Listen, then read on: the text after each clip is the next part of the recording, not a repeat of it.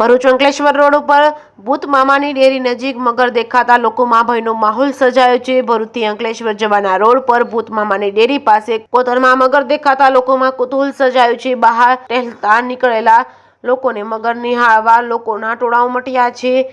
મળતી વિગતો મુજબ અગાઉ પણ આ જગ્યાએ એક મગરની હાજરી જોવા મળતા લોકો દ્વારા તંત્રને જાણ કરવામાં આવતા મગરનું રેસ્ક્યુ કરી ઝડપી લેવામાં આવ્યો હતો।